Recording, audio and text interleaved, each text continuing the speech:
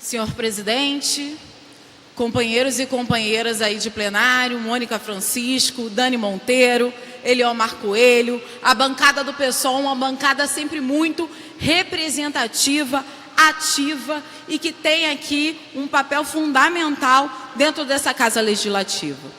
Então, estar aqui hoje para fazer um primeiro discurso dentro dessa casa que abrigou Marcelo Freixo, presidente da Comissão de Direitos Humanos, sob a qual a gente precisa dar continuidade ao trabalho. Coordenada esta mesma comissão por Marielle Franco, com muita competência, com muito trabalho. E é sobre Marielle Franco que quero falar aqui hoje. Quero trazer para vocês que Marielle é vítima do feminicídio político. E não é à toa que dentro dessa casa, hoje, trazer propostas concretas para superar esse número de feminicídio são nossas mulheres negras, pobres, faveladas, periféricas, que têm morrido. E é por isso que essa casa precisa ter responsabilidade nesse tema.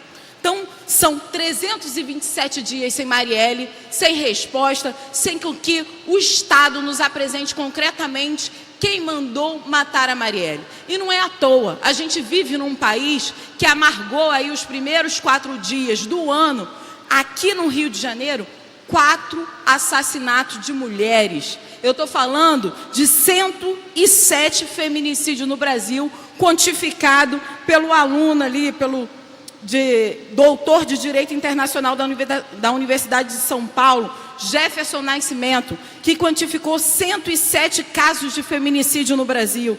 Ele diz que 68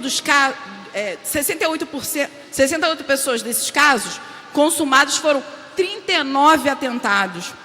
Há registro de ocorrência em pelo menos 94 cidades do Brasil, distribuídos em 21 estados. Ou seja, se a gente não tem um trabalho concreto para conjugar essa Casa Legislativa, onde tem responsabilidade sobre as vidas de cidadãos e cidadãs fluminenses, a gente não vai conseguir superar essa marca absurda de assassinato de mulheres. Então eu sinto muita falta, por exemplo, de políticas públicas para a redução do número do feminicídio e de homicídio. Não é à toa que quando a gente vê esses casos apresentados como irrelevantes muitas vezes, como história de mimimi, porque quando a gente fala do quanto que as mulheres precisam estar nesse espaço para que os seus assassinatos sejam pauta nessa Casa Legislativa, muitas vezes as pessoas torcem o nariz porque a gente está aqui construindo um trabalho concreto. A gente está aqui fazendo com que o legado de vida de Marielle Franco não seja jogado na vala, como muitos outros deputados têm o seu nome jogado na vala, em vida e não em morte. Então a gente está aqui para construir histórias sim, de mulheres que chegaram ao parlamento para trazer para essa casa uma responsabilidade que seja de todos. Então, só para vocês terem uma ideia do quanto que é importante estarmos aqui para pedirmos justiça por Marielle e Anderson, seu motorista que também deixou família, deixou o seu filho, deixou Ágata, aí órfãos de um pai que trazia o seu alimento, o seu sustento para casa todos os dias. Mas só para vocês terem uma ideia de quanto que o caso da Marielle é simbólico nesse sentido. A missionária Dorothy, herdeira do Chico Mendes, foi assassinada em 2005. O caso foi resolvido em 54 dias. A juíza Patrícia Scioli, que julgava esses casos, de milicianos, ela foi assassinada em 2011. O caso foi resolvido em 74 dias. O pedreiro Amarildo foi assassinado em 2013. O caso foi resolvido em 80 dias. Já são, hoje, 327 dias sem nós sabermos quem mandou matar a Marielle. Isso é muito sério para o Estado brasileiro. Hoje a gente tem um mundo que clama por resposta, além da sua família, de Luiara, de Marinete, Toninho, Mônica, que precisam, e Aniele, que precisam ter uma resposta concreta do Estado brasileiro sobre esse assunto. Então, quando a gente sente falta de políticas públicas para esse Estado que represente aí a redução do número de homicídios e feminicídios, a gente não tem jeito, né? Tem que olhar para o que acontece no nosso estado e o que acontece também no Brasil. Para vocês terem ideia, o Fórum Brasileiro de Segurança Pública apresentou que em 2017 foram 63.880 assassinatos, homicídios. Isso quer dizer que a gente tem brasileiros e brasileiras vítimas de mortes violentas. E também, no estado do Rio de Janeiro, ao longo de 2018, foram 6.695 casos. Esses são dados do Instituto de Segurança Pública. Isso são vidas desperdiçadas. Nesse imenso moinho de gastar gente, aproximadamente 19 mortes violentas e internacionais por dia. É isso, Darcy Ribeiro traz o que é esse moinho de gastar gente que nós temos. O Rio de Janeiro é laboratório de políticas públicas de segurança. Não é à toa que quando o Braga Neto fez aqui na segurança pública a ocupação, a intervenção militarizada do estado do Rio de Janeiro, ficou muito óbvio para a gente que debate segurança pública sob uma perspectiva de garantia do direito à vida, olhar o quanto que esses números cresceram enquanto intervenção militarizada na segurança pública do Rio de Janeiro.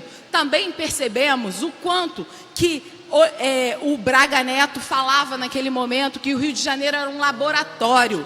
E a gente pergunta, que laboratório é esse? É o laboratório dos maiores massacres da nossa juventude negra, da nossa juventude pobre, favelada e periférica. Então estamos aqui para trabalhar muito com relação a isso. E não é sem susto, por exemplo, que a gente vê o PL do Moro.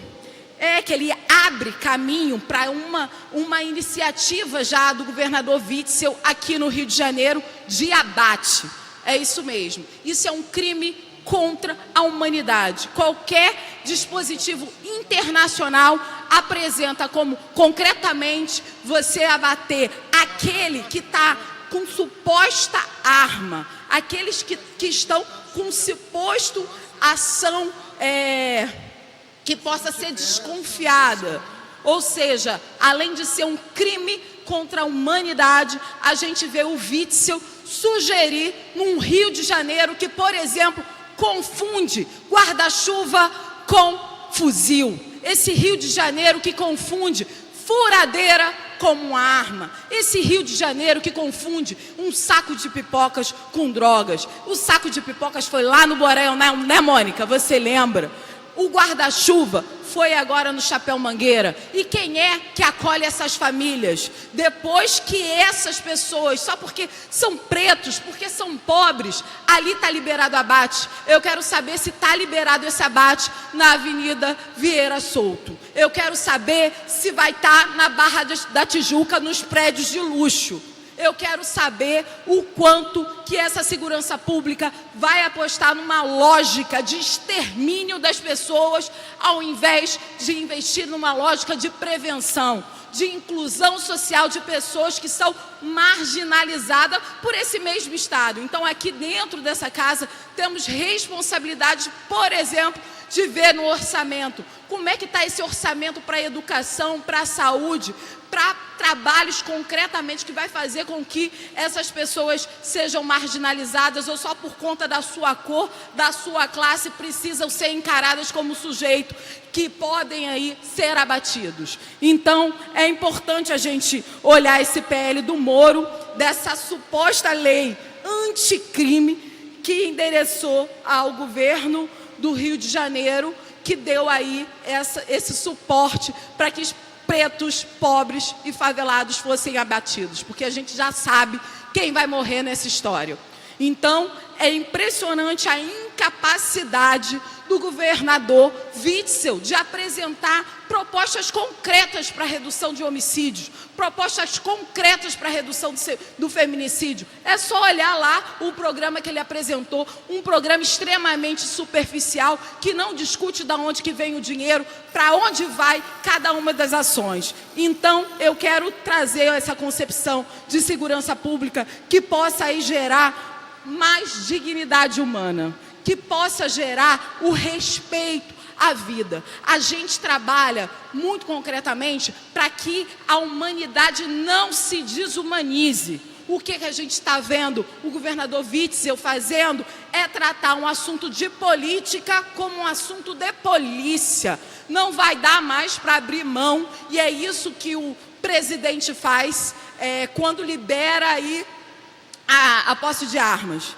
Isso é um equívoco, afinal de contas, quando a gente olha quem é que morre por arma de fogo, sim, são essas mulheres, sim, são essa juventude que não teve aí um trabalho concreto do Estado para garantir que não fossem marginalizados socialmente. Então é por isso, presidente, que trago aqui essa casa alguns projetos, a nossa CPI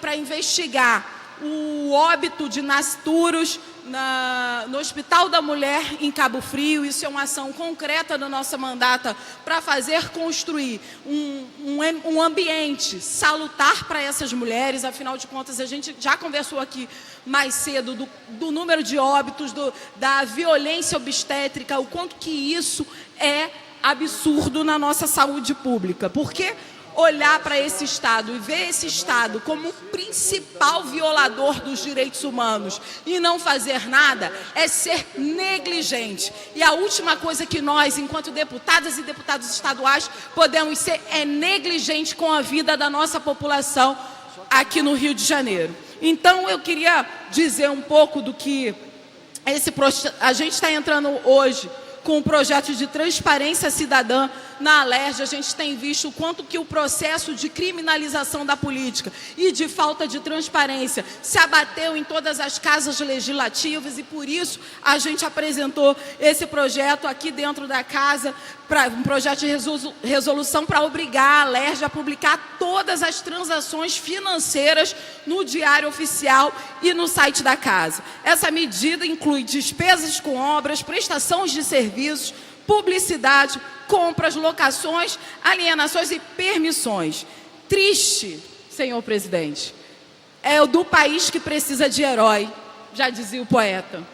Quando mitificamos os seres humanos, estamos abrindo mão da nossa liberdade e, em consequência disso, de nossas responsabilidades. Só a democracia pode acabar com a corrupção. Por isso, vamos lutar para que exista cada vez mais transparência nos gastos aqui dentro da Alerj. O povo precisa saber para onde vai o seu dinheiro. A gente, só com a absoluta transparência dos gastos, é que cada vez mais a gente vai contar com a participação popular. Que a deputada inscrita concluísse o discurso. Sim, concluindo, senhor presidente. A Alerj, com esse projeto de resolução da nossa transparência cidadã, a gente vai conseguir chamar o povo para essa casa. Porque essa casa é do povo e assim a gente tem que fazer. E eu queria dizer, para concluir, presidente, um outro projeto que nós apresentamos hoje. É um projeto de resolução para a revogação da medalha Tiradentes de Adriano Nóbrega. Sim, esse mesmo do PSL, que está sendo acusado de fazer parte do escritório do crime, que está sendo acusado aí pela justiça brasileira. Então a gente, o Adriano, também é suspeito aí de estar nesse conluio para trabalhar aí uma possível ligação ao assassinato de Marielle Anderson. Então estamos aqui para sustar a homenagem que o deputado Flávio Bolsonaro fez a esse senhor. Essa casa tem responsabilidade de responder concretamente sobre as ações dos deputados que aqui estão ou estiveram. Muito obrigada, senhor presidente.